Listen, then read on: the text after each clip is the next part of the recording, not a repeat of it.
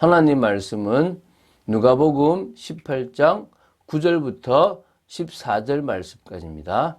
14절 말씀 한 절을 합독하고 누가복음 18장 9절부터 14절 말씀을 보겠습니다. 자, 14절 한 절 합독하겠습니다.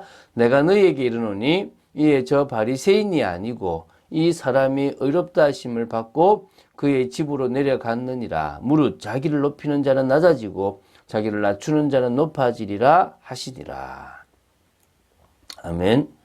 자, 어제 우리가 누가복음 18장 1절부터 8절을 보았습니다. 오늘 누가복음 18장 9절부터 14절을 보게 됩니다. 두 문단은 불의한 재판관과 과부의 비유가 있고요.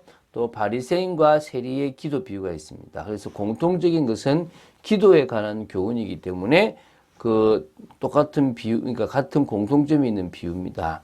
앞에 있던 1절부터 8절은 낙심하지 않는 기도의 자세가 중요하다는 것이고요.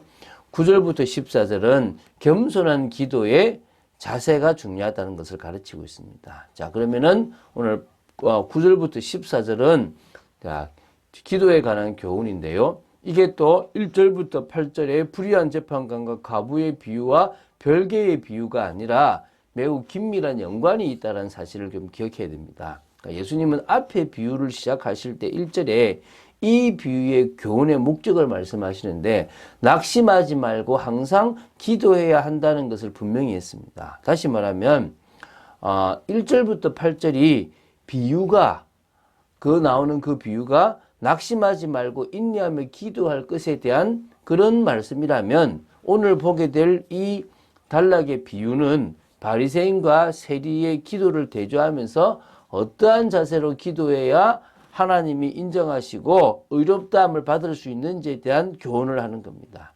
예수님께서는 하나님께서 원하시는 바른 기도가 무엇인지를 이 비유를 통해서 우리에게 말씀해 주신다고 생각하시면 됩니다. 그래서 우리가 하나님 앞에 올바른 기도를 드려야 될 줄로 믿습니다. 자, 9절부터 한번 보도록 하겠습니다. 그게 긴 말씀이 아니니까 금방 볼 수 있습니다.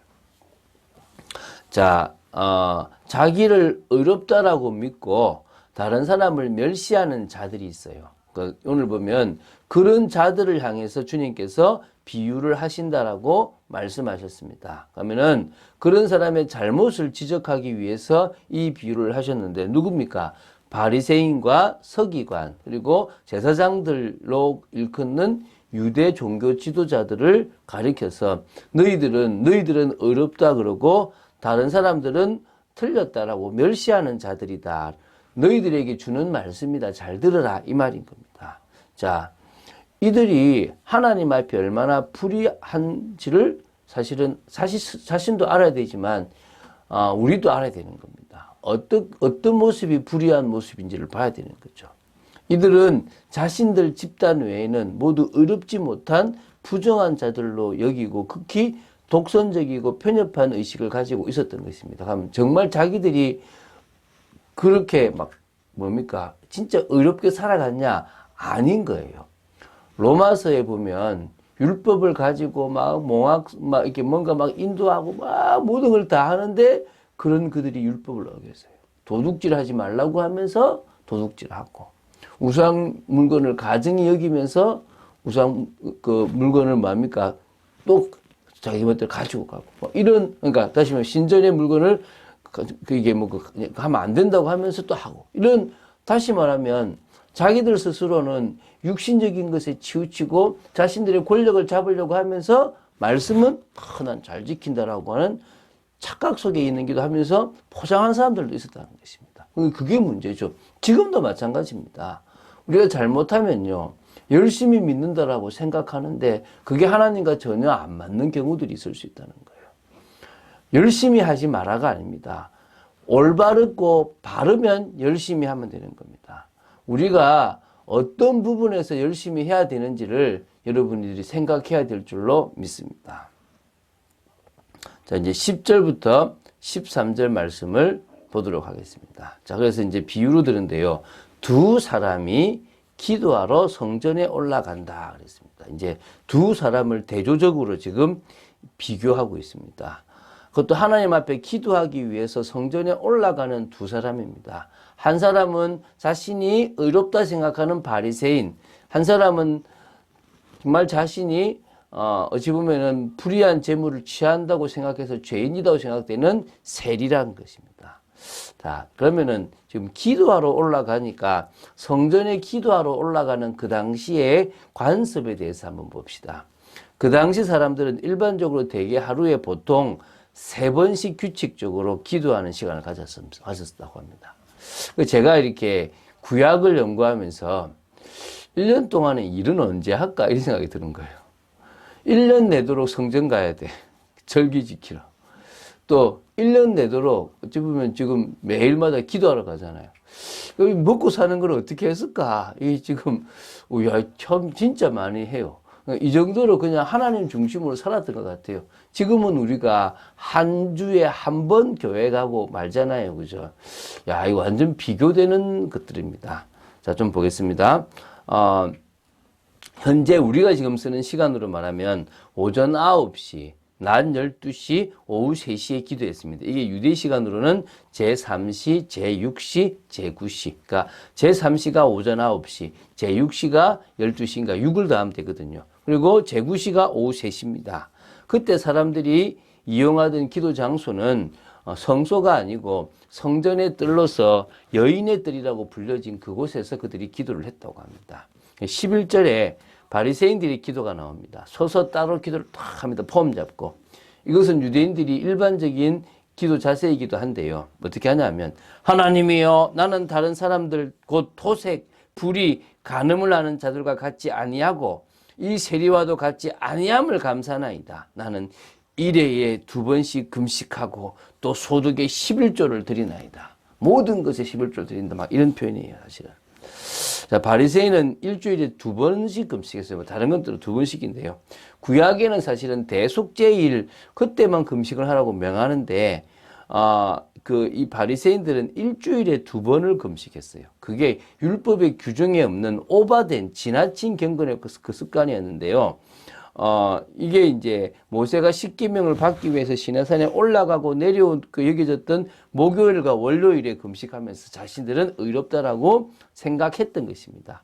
그러니까 11조도 뭐든 조금 다 과하게 자기들식으로 막 포장해서 막 우리는 잘한다라고 하고 있었다는 것입니다.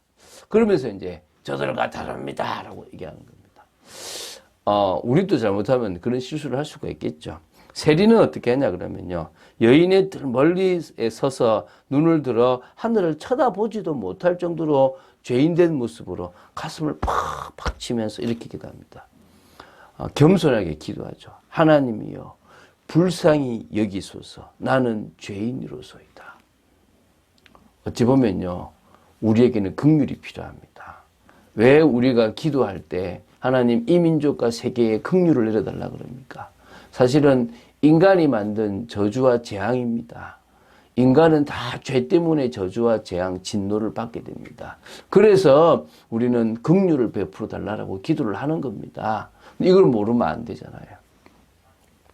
자, 14절 이렇게 마무리 짓겠습니다.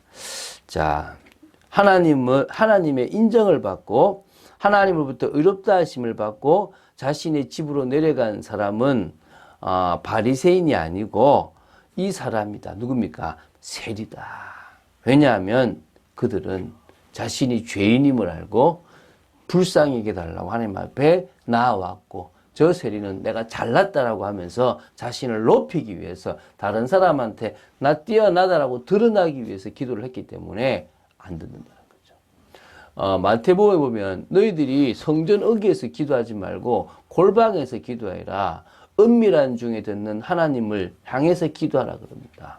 왜 그렇습니까? 드러내기 위한 그 기도는 이미 이 땅에서 영광을 다 받았다는 것입니다. 하나님하고 상관없다는 것이죠. 오늘 그 얘기입니다. 스스로 자신을 높이는 자는 결국은 하나님의 인정을 받지 않으니까 낮아질 수밖에 없고 자신을 낮추고 나는 죄인이고 나는 아무것도 할 수 없다는 것을 사실적으로 깨달은 사람은 하나님이 그를 높이신다는 것입니다.